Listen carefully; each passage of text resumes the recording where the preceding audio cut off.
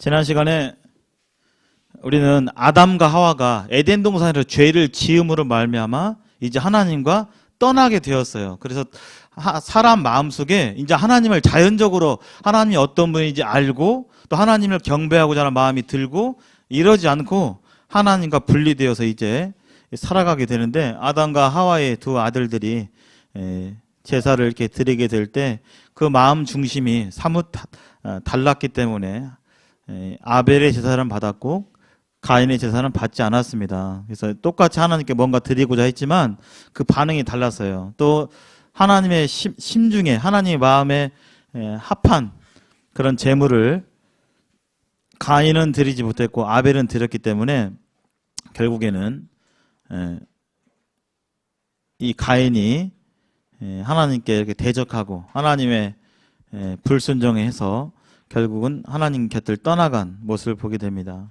이 가인이 에덴 동산의 동쪽으로 이렇게 가는데 놋 땅에 거했다 그랬어요. 가인이요. 이 놋의 뜻은 방황이란 뜻이에요.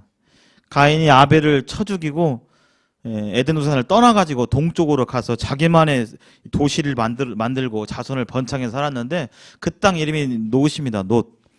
이 놋의 뜻은 방황입니다. 그래서 하나님을 떠나게 되면 하나님은 가인을 보호하기 위해서 계속적으로 기회를 주시고 돌아오라고 하고 말로 하시고 기회를 주셨지만 결국에는 이 가인이 하나님을 떠났어요. 하나님, 저는 싫습니다. 제 마음대로 살겠습니다 하고 놋 땅에 거했는데 자기 마음대로 살아가는 삶의 이 결과는 결국은 마음의 방황이에요. 방황.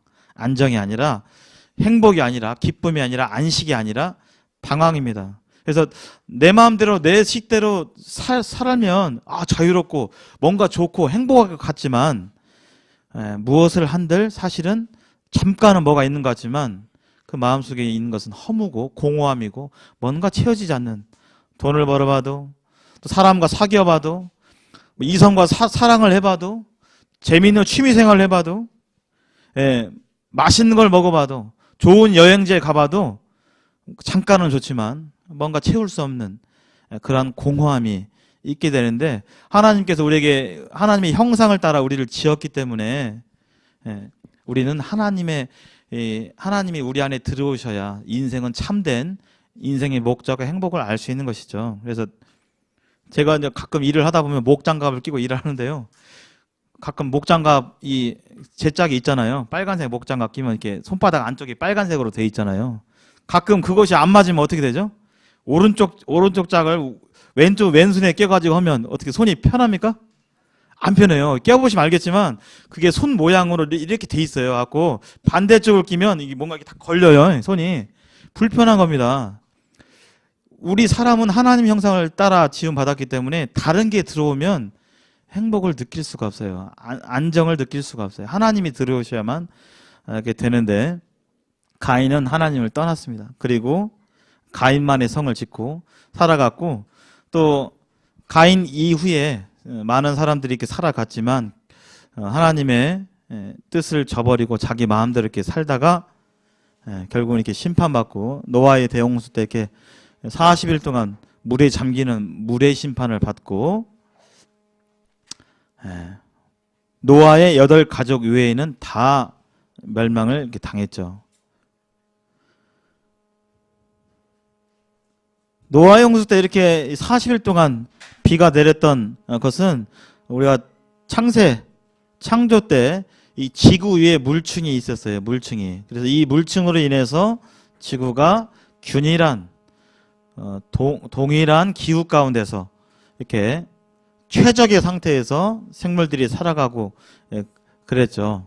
그래서 오늘날은 북극과 남극이 굉장히 춥고 이 가운데는 적도 지방은 굉장히 덥고 해서 못 살고 막 그러는데, 물층이 있었을 때는 전 지구가 하나님이 사람이 살도록 지으셨기 때문에 잘 지내다가 이 물이, 이 하늘 위에 있는 물이 대기에 떠 있는 이 물층이 노아 시대의 대홍수 때 다 쏟아지고 물로 인해서 이제는 물층이 없어져서 지구의 환경이 완전히 오늘날과 같은 극지방 춥고 막 어디는 덥고 이런 현상이 일어나서 노아 홍수 때 전 지구적인 격변이 일어나서 많은 생물들이 또 이렇게 사라지기도 하고 이런 일들이 벌어졌습니다. 이 궁창에 물이 떨어졌죠.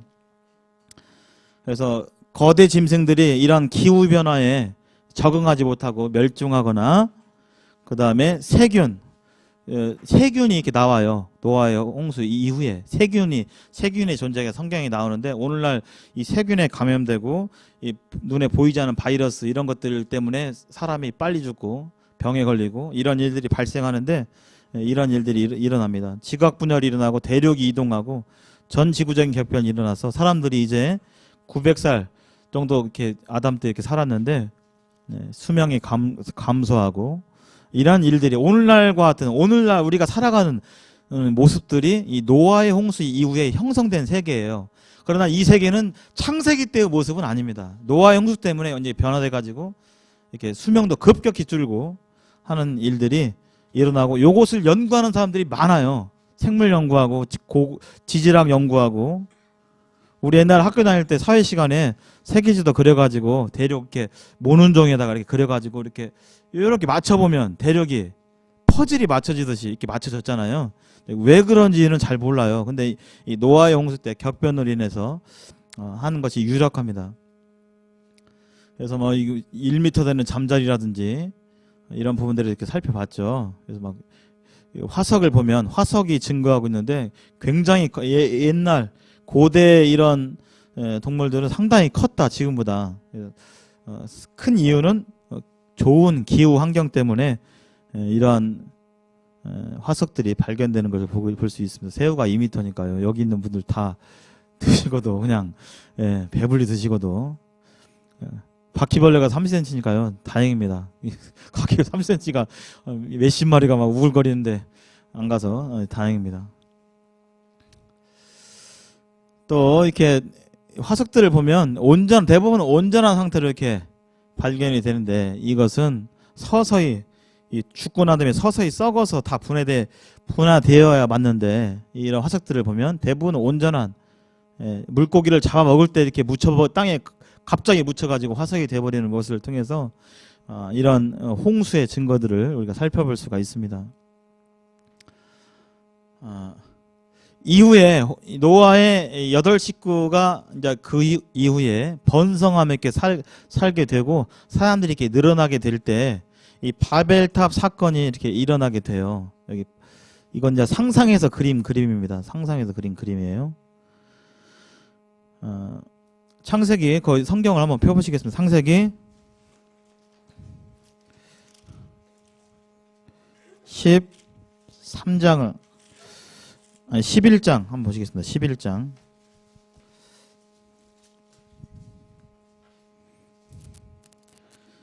지금 노아 홍수 때 노아의 가족 8명이 이제 8명을 통해서 인류가 번성해 나갔고 시간이 좀 흘러서 이제 8명이 이제 많이 늘어났죠. 그래서 그 늘어난 사람 중에 여러 사람들이 지금 11장에 얘기합니다.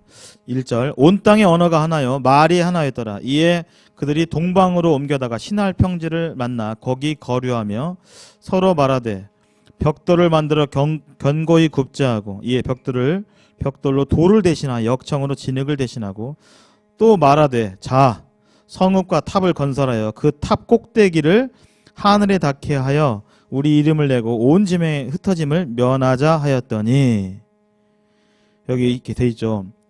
자, 우리 이름을 내고 온 지면의 흩어짐을 면하자. 노아의 홍수 이후에 하나님께서 명령하신 게 뭐냐면 너희들은 여기서 모여 살지 말고 온 땅에 흩어져 살아라. 이게 하나님의 명령이었어요. 근데 지금 이 노아 이후에 번성된 사람들이 지금 우리 입을 내고 자신의 이름들을 내고 하나님의 이름이 아니라 나를 지으신 창조자의 이름이 아니라 자기의 이름, 자기의 명예를 드러내고 인간을 위해서 이런 높은 탑을 쌓자라고 얘기하고 흩어짐을 면하자라고 말하고 있습니다. 직접적으로 하나님 말씀에 불순종하는 이렇게 삶을 살게 되는데 5절 한번 보시죠. 여호와께서 사람들이 건설하는 그 성읍과 탑을 보려고 내려오셨더라. 여호와께서 이르시되 이 무리가 한 족속이요 언어도 하나이므로 이같이 시작하였으니 이후로는 그 하고자 하는 일을 막을 수 없으리로다. 자 우리가 내려가서 거기서 그들의 언어를 혼잡하게 하여 그들이 서로 알아듣지 못하게 하자 하시고 여호와께서 거기서 그들을 온 지면에 흩으셨으므로 그들이 그 도시를 건설하기를 그쳤더라. 그러므로 그 이름을 바벨이라 하니 이는 여호와께서 거기서 온 땅의 언어를 혼잡하게 하셨음이니라. 여호와께서 거기서 그들을 온 지면에 흩으셨더라. 그래서 이 하나님을 불순종해서 이런 높은 탑을 이렇게 쌓고 우리 이름을 내고자 했던 이 사람들의 불순종, 죄악에 대해서 하나님께서 언어를, 그때까지만 해도 언어가 하나였어요. 지금 영어 배우고 막 러시아어 배우고 하는데 그때는 언어가 하나였어요. 지금 학자들이 연구하는 걸 보면요, 유전학적으로 사람의 조상은 유전자가 올라가면 유전자가 동일하다 얘기하고 있어요. 한 조상으로부터 나왔다라고 분명히 얘기했어요. 지금 볼 때 흑인도 있고 황인종도 있고 막 백인도 있고 뭐 생김새가 다르는데 이거 다른 종류의 사람 아니냐. 그러나 유전학자들이 연구해 보니까요, 한 조상으로부터 나왔어요. 한 조상.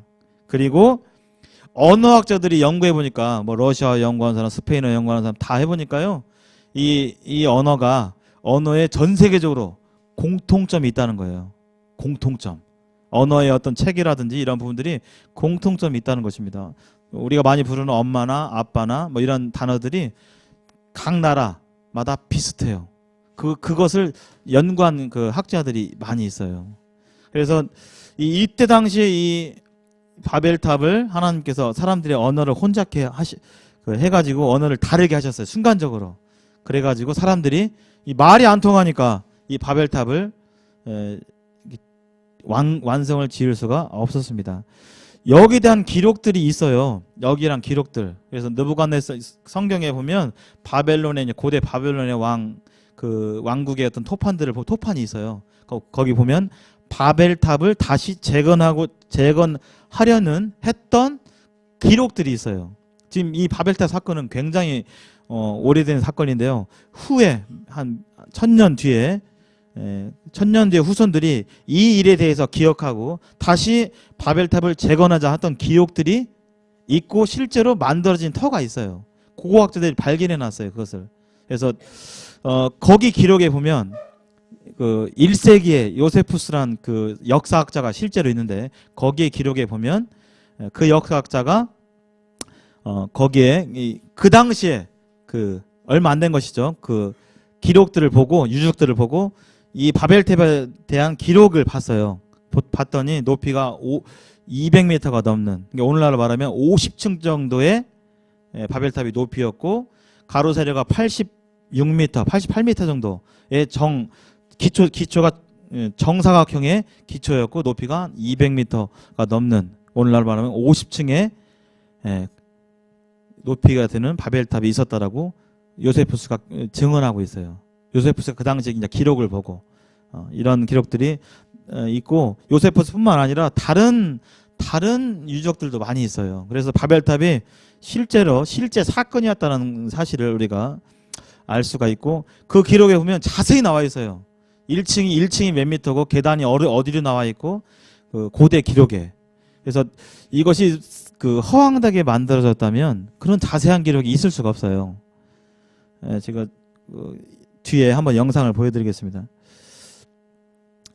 그래서 이 하나님께 불순종해서 결국은 오늘날 사람들의 언어가 이렇게 각각 다른 그런 상황에 있게 됩니다.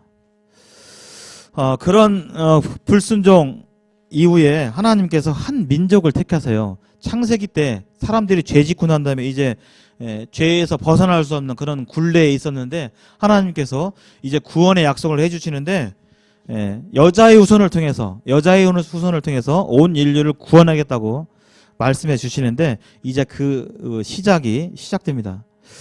창세기 12장 한 장 더 넘겨보시겠습니다. 12장. 노아의 홍수 이후에 바벨탑을 지어서 하나님께 불순종한 사람들이 있었고, 또 한편에는 이 아브람이라는 사람이 이렇게 등장하게 됩니다. 자, 12장 1절. 여호와께서 아브람에게 이르시되 너는 너의 고향과 친척과 아비집을 떠나 내가 내게 보여줄 땅으로 가라. 2절. 내가 너로 큰 민족을 이루고 내게 복을 주어 내 이름을 창대하게 하리니 너는 복이 될지라. 3절 너를 축복하는 자에게는 내가 복을 내리고 너를 저주하는 자에게는 내가 저주하리니 땅의 모든 족속이 너로 말미암아 복을 얻을 것이라 하신지라. 여기 보면 어떤 아브라함이라는 사람을 하나님께서 딱 택하시는 걸 봐요. 이 사람을 왜 택했냐? 모르겠어요. 하나님의 주권인데 하나님이 아브라함을 딱 택하셨어요. 근데 왜 택했냐면 거기 2절 3절에 보면요. 너로 말미암아 큰 민족을 이룬대요. 그리고 너 때문에 모든 족속이 복을 받는다라고 되어 있습니다. 돈벼락을 받는지 어쩐지 모르겠지만 이 아브라함 때문에 모든 사람이 복을 얻게 된다라고 말하고 있습니다. 그 복이 뭔지는 이 연대기 성경을 듣다 보면 구체적으로 이제 알게 돼요. 그래서 여기 한번 보시죠. 아까 바벨론 이 지역이 이제 시날 평지인데 이 바벨탑이 있었던 지역이고 오늘날은 메소포타미아 문명이에요. 그래서 우리 학생들 사회 시간에 보면 뭐 바벨탑, 지구라트 이런 게 나와요. 보면 이 지역이 이제 바벨론 지역이고 아까 바벨탑이 세워졌던 지역인데 이 지역에서 아브라함이 이 우르란 지역에 있었는데 하나님께서 이 아브라함에게 아브라함아 내가 보여줄 땅으로 가라 이렇게 하게 될 때 아브라함이 이 지역을 고향을 떠나게 됩니다. 근데 이 빨간 선의 노선을 따라서 결국에는 이 지역 오늘날의 이스라엘이에요. 여기가 그냥 이란 이라크 지역이고 오늘날에 여기가 이스라엘 지역인데 이 하나님의 말씀을 따라서 이 아브라함이 가게 됩니다. 길이가 한 1600km 정도 되는 그런 길이에요. 쉽게 갈 수 없는. 또 보시다시피 풀이나 이런 게 없어요. 광야, 사막에 먹을 것도 없고 강도가 나올지 어떤 위험이 도사릴지 모르는 이곳을 아브라함은 하나님의 말씀을 따라 쫓아가요. 그리고 그의 조카 롯이라는 사람도 여기 보면 아브라함이 여호와의 말씀을 따라갔고 롯도 그와 함께 갔으며 지금 아브라함이 무엇을 따라갔죠? 여호와의 말씀을 따라갔어요. 말씀. 친구 따라 강남 간다고 했는데 어떤 사람의 말을 듣고 어디에 줄을 서느냐에 따라서 사람의 운명이 갈리는데 아브라함은 여호와의 말씀을 따라갔습니다. 사람의 말은 맞았다가도 틀리고 믿을만 하다가도 사기치고 이런 게 믿을만한 게 못 돼요. 그러나 하나님의 말씀은 영원히 진리이고 언제나 맞고 언제나 선하십니다. 다만 인간이 다 이렇게 이해하지 못해서 불합리한 것 같고 이상한 것 같고 이렇게 하지만 하나님의 말씀은 역사적으로 증명이 되었고 하나님의 말씀을 반박하고자 하는 많은 사람들이 있었지만 결국에는 그런 오류를 찾지 못했죠. 하나님 이 여호와의 말씀을 따라서 아브라함은 갔고 롯도 이 땅에 가게 되었습니다. 근데 이제 이 땅에 가게 되는데 하나님 말씀 따라 갔는데 거기 가면 돈 잘 벌고 막 잘 살아야 되는데 여기 가니까 기근이 들었어요. 먹을 게 없는 거예요. 굶어 죽게 생겼어요. 그래서 이 아브라함이 여기에서 하나님을 붙잡고 하나님이 생명이고 하나님은 능히 사람을 살릴 수도 있고 죽일 수도 있는 전능하신 분인데 하나님께 기대고 매달려야 되는데 그렇지 않고 먹을 게 없으니까 여기 애굽 땅 오늘날 애굽은 이집트입니다. 이집트. 여기도 4대 문명이죠. 여기 메소포타미아 문명, 이집트 문명, 중국의 황하 문명, 하나가 어디죠? 인도 쪽의 인더스 문명. 여기 다 4대 문명은 다 강이 있어요. 이집트의 유명한 강이 뭐죠? 나일강이 있죠. 그러니까 나일강이 있으니까 옛날에는 다 농사 짓고 뭐 과자는 없으니까 농사를 지어 먹고 살잖아요. 그러니까 그 강에 물이 많아가지고 거기서 물을 끌어다가 또 그 나일강이 범람하면 땅이 그냥 농사 짓기 참 좋은 땅이 돼가지고 여기는 그냥 벌써 색깔이 어떻습니까? 여기는 푸르죠? 여기는 먹을 것이 풍부하고 그냥 사람들이 먹을 것이 풍부하니까 이제 배부르고 등 따스니까 노는 것도 발달되고 여기는 그런 문명이 발달된 곳이었어요. 아브라함과 이 롯이 하나님의 말씀을 따라 먼 길을 가서 여기까지 도착했지만 기근이 들었을 때 이 애굽으로 가게 됩니다. 여기 가서 이제 거짓말도 하고 이렇게 하면서 고생을 해요. 근데 하나님께서 다시 은혜를 주셔서 다시 애굽에 잠시 있다가 부자가 되게 해주셔가지고 이 가나안 지역에 다시 오게 되는 일이 여기 창세기 12장, 13장 근처에 있습니다.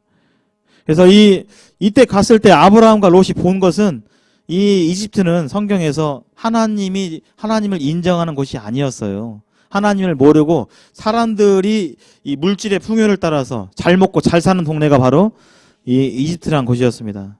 하나님을 믿고 있는 아브라함과 롯은 이곳에 가서 하나님 믿지 않은 사람들이 어떻게 풍요롭게 사는지 이제 보게 되었죠. 결국은 하나님께서 여기에서 이제 나오게 하셔가지고 가나안 지방에 들어가는데,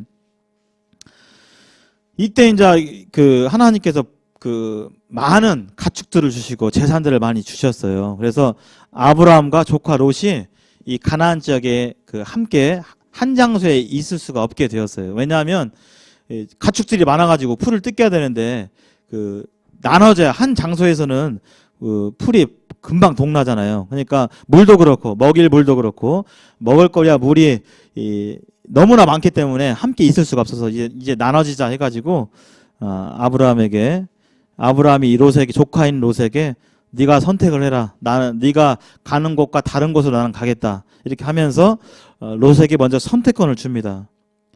근데 롯이요, 어떤 선택을 하는지 이렇게 보면요, 어디를 선택하냐면 거기 창세기 13장 거기 10절 한번 보시죠.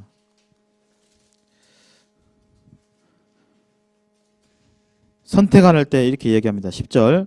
이에 롯이 눈을 들어 요단 지역을 바라본즉 소알까지 온 땅에 물이 넉넉하니 여호와께서 소돔과 고모라를 멸하시기 전이었으므로 여호와의 동상 같고 애굽 땅과 같았더라. 롯이 무엇을 선택했냐면요, 지금 선택 기준이 있습니다. 그 땅에 뭐가 많았다고요?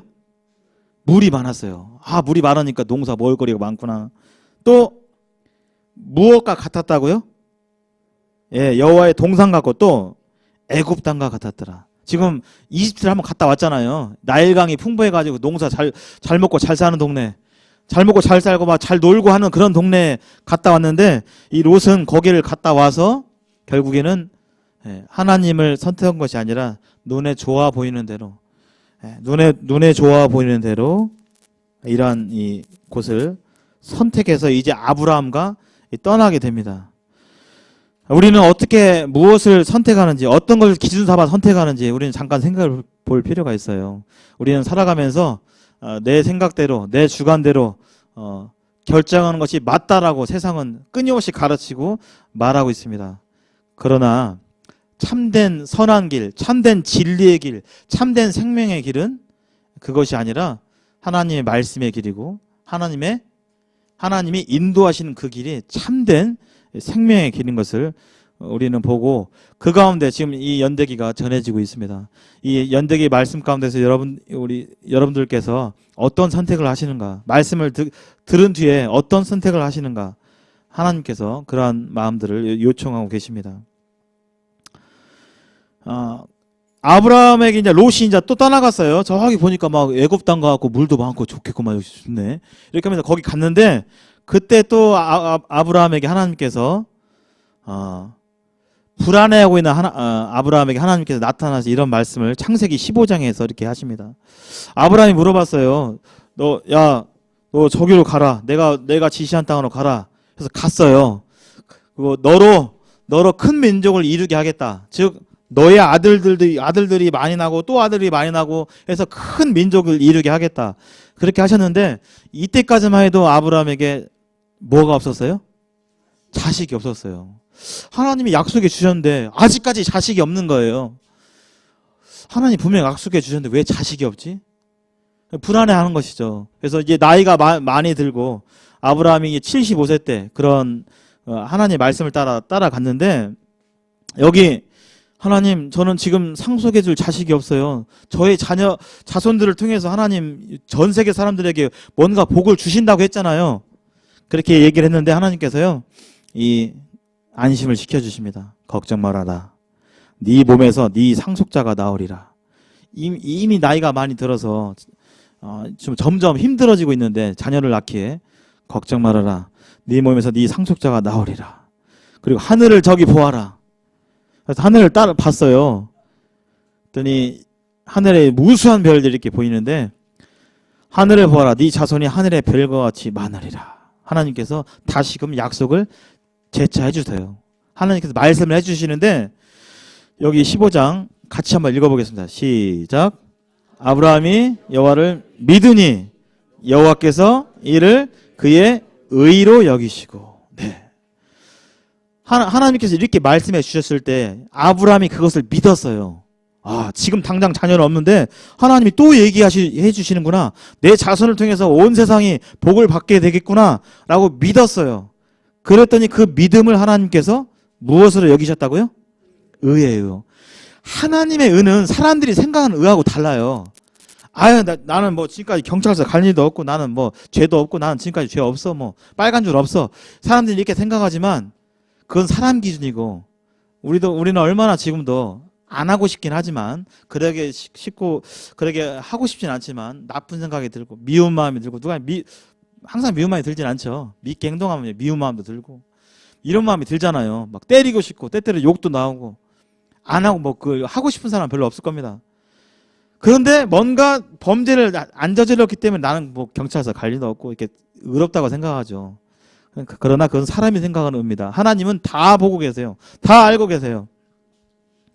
여기서 하나님이 인정한 의는 하나님이 인정한 의예요. 하나님 보시기에 너는 됐다 하는 그런 의예요. 사람의 기준이 아니라. 근데 그 기준이 뭐냐면 여기 보면 뭐라고 돼 있죠? 예. 두 글자로 줄이면 믿음이에요. 믿음. 행위가 아니라. 누구를 믿으면요? 여호와 하나님을 믿으면. 예. 성경은 동일하게 얘기하고 있어요. 일관되게 얘기하고 있습니다. 사람이 어떻게 하면 천국에 가느냐, 어떻게 하면 다시금 하나님께 나아갈 수가 있느냐.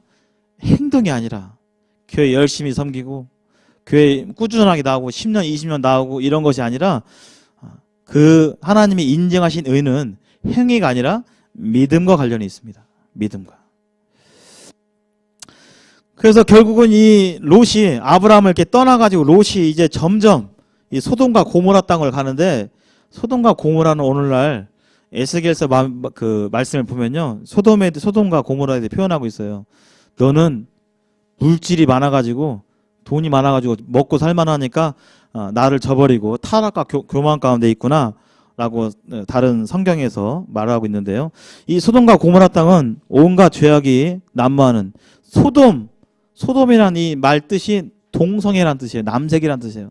게이란 뜻입니다. 오늘날로 말하면. 특히 소돔과 고모라는 성적 타락, 동성애 등이 넘쳐났던 곳이 바로 소돔과 고모라입니다. 인류 역사를 보면요. 한 4도시 정도가 불로 멸망한 기록이 나와요. 이 성경에 지금 한 군데가 있죠? 소돔과 고모라가 있고 또 어디가 있죠? 역사적으로 불로 멸망한 도시. 폼페이도 화산이 다 덮었잖아요. 이런 그 도시들을 보면요. 공통점이 있습니다. 그렇게 하나님께서 불로 멸망한 그 공통점이 있어요. 바로 동성애입니다. 그 폼페이도 마찬가지고요. 이 소돔과 고모라 마찬가지고 동성애가 성행했던 그런 도시들은 불로 멸망한 역사적 기록 또 성경의 기록을 찾아볼 수가 있어요. 오늘날 얼마나 이 동성애가 심각합니까? 지금 뭐 차별금지법 혹시 아세요? 차별금지법? 혹시 자세히 아십니까? 혹시? 우리나라에서 차별금지법이 3차례 국회의원들이 이렇게 발의를 했어요. 잘 아시는 옛날 탤런트 최명길 씨 남편, 김한길 씨. 김한길 씨가 2차 때 발의를 했어요. 몇몇 그 국회의원들이 계속적으로 이렇게 발의하는데 그때마다 기독교인들이 이게 반대해가지고 국회 본회의까지는 안 나갔어요. 근데 지금도 꾸준하게 이렇게 하고 있습니다. 차별금지 뭐냐? 허울은 그래요. 이 세상에 존재하는 모든 차별을 금지한다. 차별을 하게 되면 법으로 처벌하자. 이게 이제 차별금지법인데요. 거기에 주된 핵심은 뭐냐면 2가지가 있어요. 주된 핵심. 첫 번째는 교회를 차별하는 거죠. 그러니까 교회에서 성경만 구원이 있고 하나님만 구원이 있다라고 가르친 것이 바로 차별이다. 그렇게 하면 차별이야. 왜 너희만 구원이 있다라고 하고 너희만 너희만 하나님이야 이렇게 하는 것이 차별이라고 생각하는 거예요. 그렇게 하지 말라. 만약에 그 말하면 차별이야. 잡아가겠다. 그게 차별금지법이에요. 또 하나 동성애입니다. 동성애.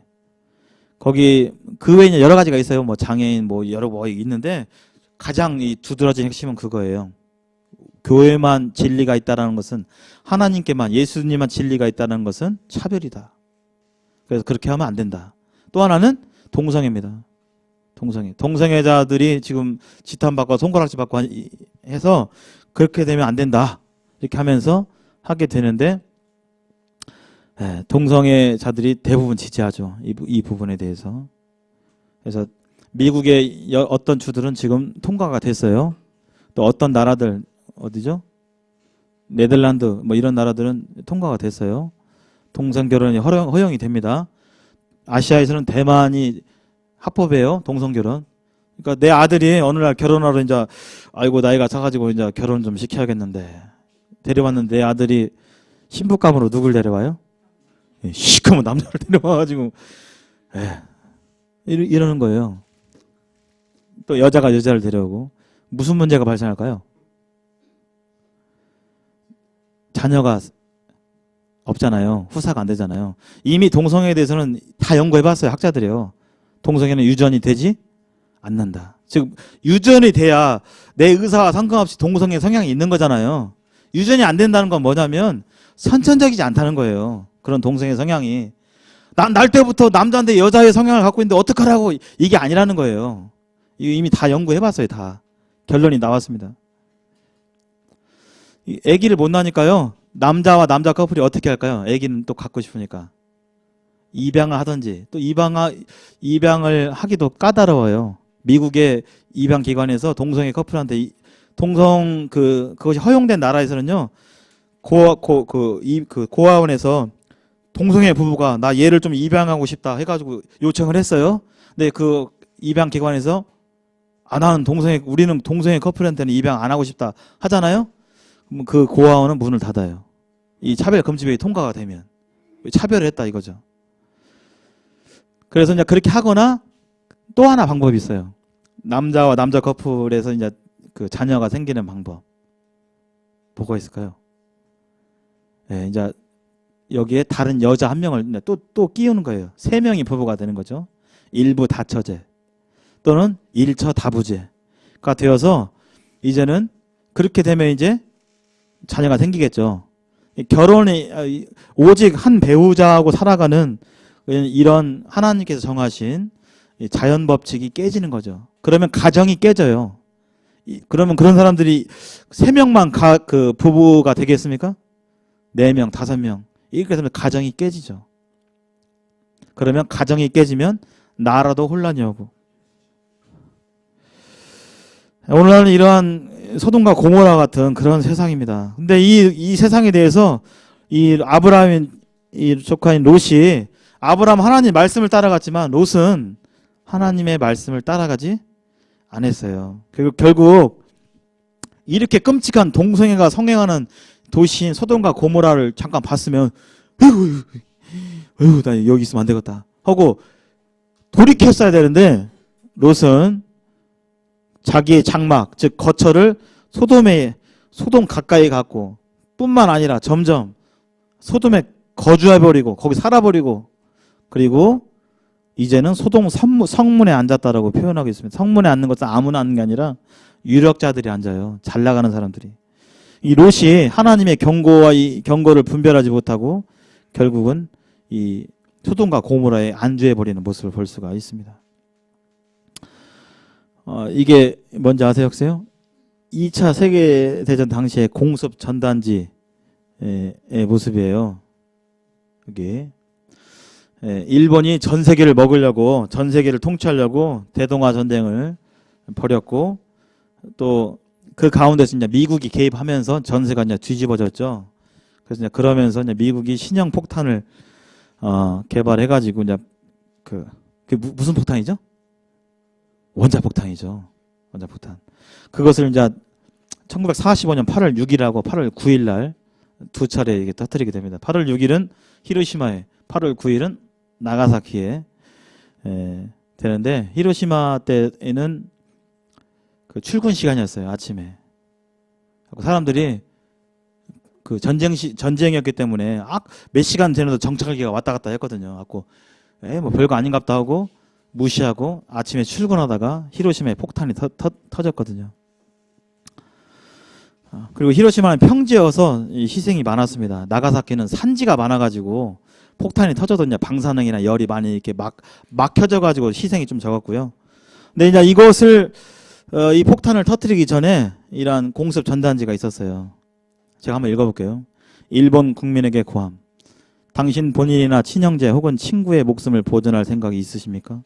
도움을 바란다면 이 삐라를 읽어주십시오. 수일 내에 이 삐라 반대편에 적힌 모든 도시 혹은 일부 도시에 위치한 군사 표적에 미군 비행기가 날아와 폭격을 가할 것입니다. 폭탄에는 눈이 없기 때문에 어디로 떨어질지 모릅니다. 다시 한번 경고하게 싸우니 반대편에 적힌 도시들로부터 피난하십시오. 이러한 경고 문구가 있었습니다. 하나님께서 동성애로 가득한, 하나님을 무시하고 대적하고 하나님을 싫어하는 사람들로 가득한 죄가 관영한 이 소돔과 고모라를 불과 유황으로 심판하시겠다고 약속하셨어요. 선포하셨어요. 그래서 오직 이러한 심판으로부터 살 길은 어떻게 하는 거죠? 이 소돔과 고모라로부터 떠나야 돼요. 도망쳐야 돼요. 롯도 알고 있었습니다. 그런데 이 롯을 통해서 또 하나님의 사자들을 통해서 이 심판의 소식이 들려졌을 때 사람들은 어떻게 했을까요? 그 소식에 대해서, 하나님의 심판에 대해서 무시하고 뭐 이야기지 뭐 그런 농담이지 뭐 농담으로 여겼어요. 장난으로 알았어요. 근데 결국 하나님께서 불과 유황으로 심판을 하십니다. 이때도 마찬가지였어요. 이런 경고문이 있었음에도 불구하고 사람들이 그냥 뭐 어제도 정찰기 날아가더만 뭐 아무 일 없었는데 뭐 별일이 있겠냐 해가지고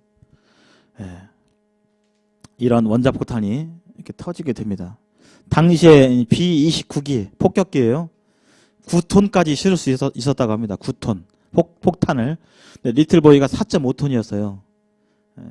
그래서 이 피해가 많습니다. 여기 작전 회의했던 장교 중에 한 명이 일본의 교토로, 원래는 교토에 떨어뜨리려고 했었어요. 근데 자기가 신혼여행을 교토로 갔거든요. 하고 회의할 때 신혼여행의 꿈이 이제 사라지니까 여기 말고 히로시마 쪽으로 합시다 해가지고 이 B-29기인데요. 이것은 이제 그 리틀보이라고 하는 히로시마에 떨어졌던 폭탄입니다. 히로시마가 이 원자폭탄으로 인해서 한순간에 잿더미로 변했습니다.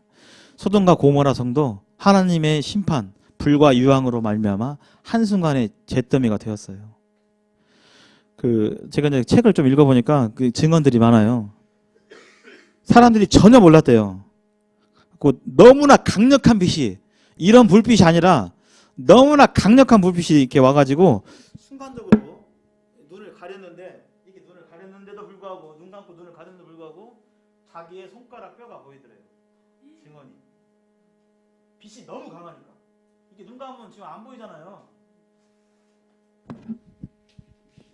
순간적으로 증발한 사람들도 많고, 그 다음에 가까이 있는 사람들은 피부나 이런 눈이 녹아버려, 그냥. 뭐 이게 화상이 있고 이게 아니라요, 녹아버리는 사람도 많고. 그날의 그 모습을 보면 참 처참합니다. 이 불로 말미암은. 사람들이 만들어낸 이런 폭탄도 그 위력이 엄청나요. 평상시에는 볼 수가 없죠. 어떻게 눈을 감았는데 어떻게 이 손가락 뼈가 보이지? 자기 살이 보이지? 네. 도시가 온통 살 타는 냄새로 가득했고 살이 타는, 그리고 온갖 방법을 다 해봤지만 결국은 죽음밖에 없는, 의사들도 90%가 죽었어요 그때. 그래가지고 방사능 때문에 화상도 그냥 불에 의한 화상이냐 뭐 다 다르더만요. 뭐 원인이. 근데 방사능에 의한 화상은 또 다른가 봐요. 그래서 막 비타민 A를 뭐 치료해 보려고 막 주사바늘 꽂는데 수사판을 꽂았던 자리부터 막 썩어 들어가고 상상치 못할 일들이 많이 이렇게 일어나게 되었어요. 하나님은 경고합니다. 한번 죽는 것은 사람에게 정해져 있고 그 후에 반드시 심판이 있다고 하나님께서 얘기해 주셨어요. 그렇기 때문에 지금 이 시간에 그 사실을 알려드리는 겁니다. 죽은 뒤에 반드시 심판이 있습니다.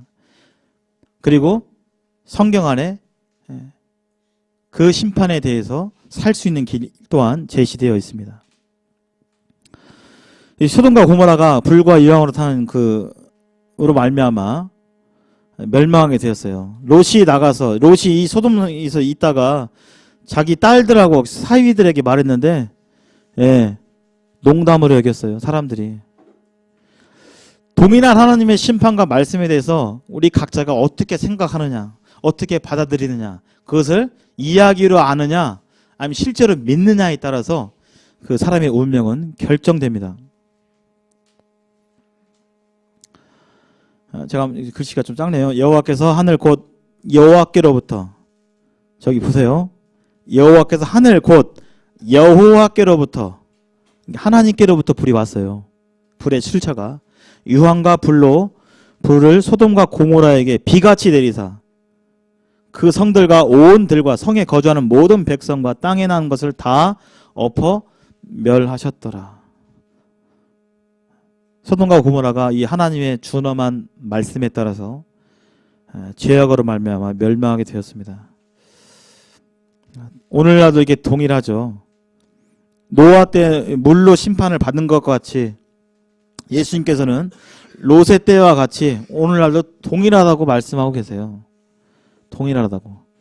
물질은 발달했지만 뭐 그냥 서울에서 전주에서 서울까지 1시간 20분 30분이면 가지만 점점 편리해지고 옛날 어른들 말로 아이고 우리 아버지는 그냥 좋은 세상도 못 누리고 그냥 고생만 하시다 가셨다 이런 얘기를 많이 하시는데 세상은 편리해지고 좋아지는 것 같지만 세상은 점점 이상해지고 있어요.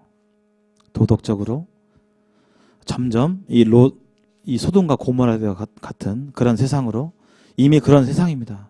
그렇게 변화가고 있어요. 오늘 말씀을 이렇게 정리를 하면서 한 말씀만 보겠습니다. 한 말씀 보고 마치겠습니다. 베드로후서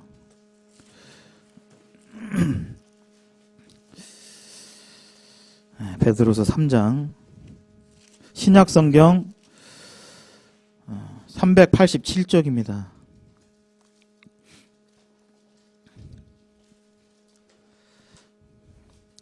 3장 6절입니다. 하나님의 말씀입니다. 제 말이 아니라 하나님의 말씀입니다. 3장 6절 신약성경 387쪽입니다. 6절 이로 말미암아 그때의 세상은 물이 넘침으로 멸망하였을 때 물이 넘침으로 멸망한 일이 뭐였죠? 지난 시간에 봤던 노아 때의 대홍수죠. 7절 같이 읽어보겠습니다. 시작. 이제 하늘과 땅은 그 동일한 말씀으로 불사르기 위하여 보호하신 바 되어 경건하지 아니한 사람들의 심판과 멸망의 날까지 보존하여 두신 것이니라.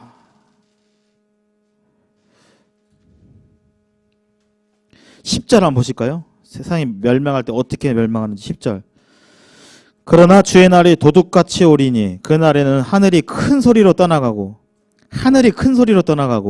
물질이 뜨거운 불에 풀어지고 땅과 그 중에 있는 모든 일이 드러나리로다. 세상이 멸망할 때 하늘이 큰 소리로 떠나가고 우리가 보는 모든 물질들이 무엇에 의해 풀어져요?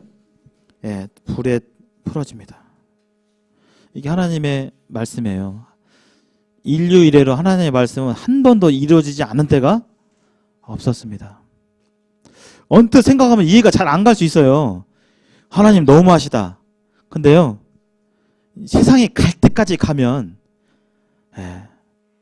우리가 그걸 보게 될 때 정화가 필요한 것입니다. 이제 세상이 어떻게 변할지 몰라요. 세상에 사람들이 약속한 법과 제도는 점점 타락해 가고 있어요. 간통법 폐지됐죠. 이제 동성결혼도 허용되죠. 법이 바뀔 수 있어요. 이제 한 대 때리는 것은 폭력이 아니다. 뭐 살인도 정당한 이유가 되면 살인도 할 수 있다. 얼마든지 이 법과 제도는 사람들의 생각과 의식에 따라서 얼마든지 바뀔 수 있습니다. 정말 말도 안 되는 법도 있잖아요. 우리가 살다 보면. 사람들이 이룩하는 것들은 모두 그와 같아요. 눈에 보이는 물질 문명을 발달하지만 죄가 넘쳐나는 그런 세상에 살고 있습니다. 잠시 기도하시고요. 마치겠습니다.